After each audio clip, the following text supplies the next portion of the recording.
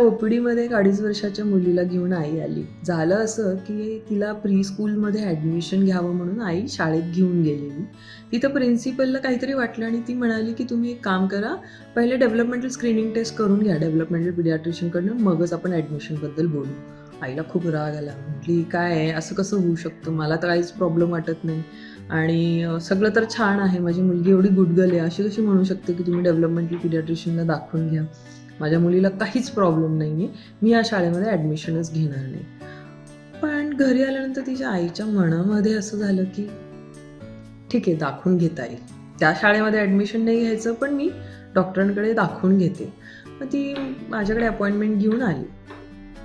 आल्यानंतर तिने सगळं सांगितलं असं असं झालं आणि मग म्हणाली की मला काहीच प्रॉब्लेम नाही, फक्त एवढं आहे की ती अजूनही आईबाबा म्हणत नाही, पण तिचे वडील पण उशिराच बोललेले म्हणून आम्ही we are not that concern, पण टीचर अशा म्हणलं म्हणून वी आर व्हेरी अपसेट.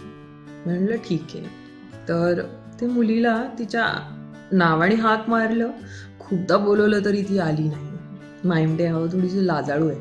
म्हणलं हरकत नाही. नंतर मग तिला खूप साऱ्या खेळण्या ऑफर केल्या.